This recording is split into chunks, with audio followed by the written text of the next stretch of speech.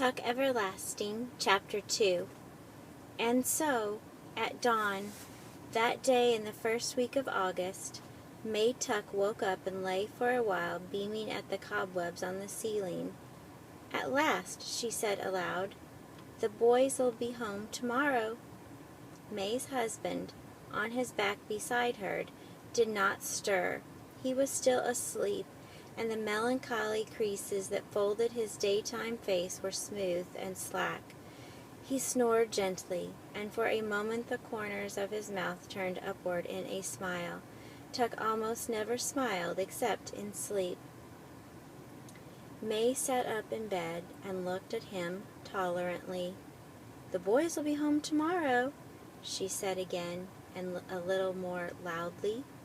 Tuck twitched, and the smile vanished. He opened his eyes. "Why'd you have to wake me up?" he sighed. "I was having that dream again. The good one where we're all in heaven and never heard of Tree Gap."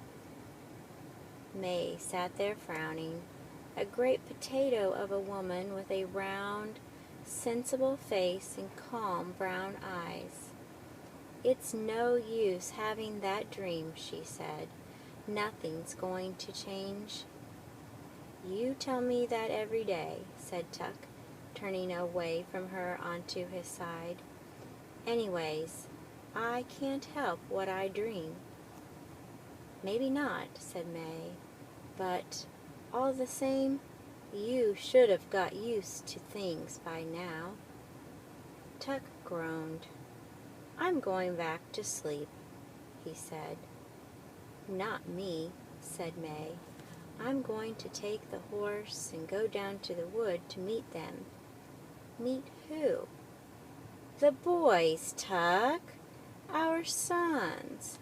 I'm going to ride down to meet them." "Better not do that," said Tuck. "I know," said May, "but I just can't wait to see them.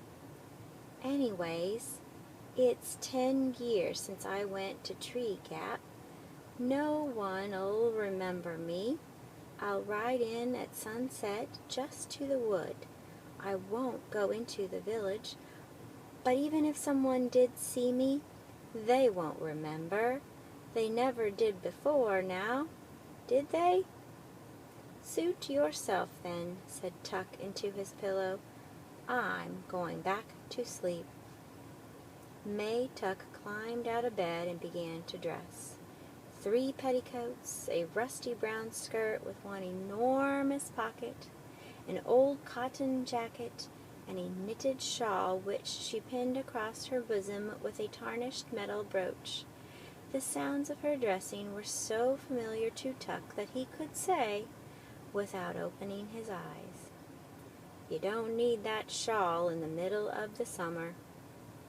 May ignored this observation.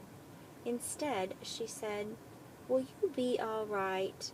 We won't get back till late tomorrow."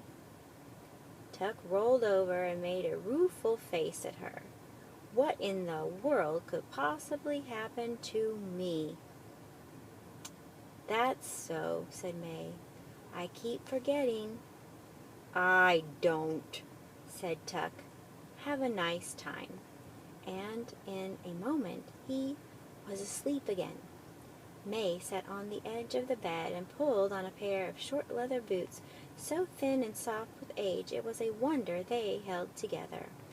Then she stood and took from the washstand beside the bed a little square-shaped object, a music box, painted with roses and lilies of the valley. It was the one pretty thing she owned, and she never went anywhere without it. Her fingers strayed to the winding key on its bottom, but glancing at the sleeping Tuck, she shook her head, gave the little box a pat, and dropped it into her pocket. Then, last of all, she pulled down over her ears a blue straw hat with a drooping, exhausted brim. But before she put on the hat, she brushed her hair gray-brown hair and wound it into a bun at the back of her neck. She did this quickly and skillfully without a single glance in the mirror. May Tuck didn't need a mirror, though she had one propped up on the washstand. She knew very well what she would see in it. Her reflection had long since ceased to interest her, for May Tuck and her husband, and Miles and Jessie too, had all looked exactly the same for 87 years.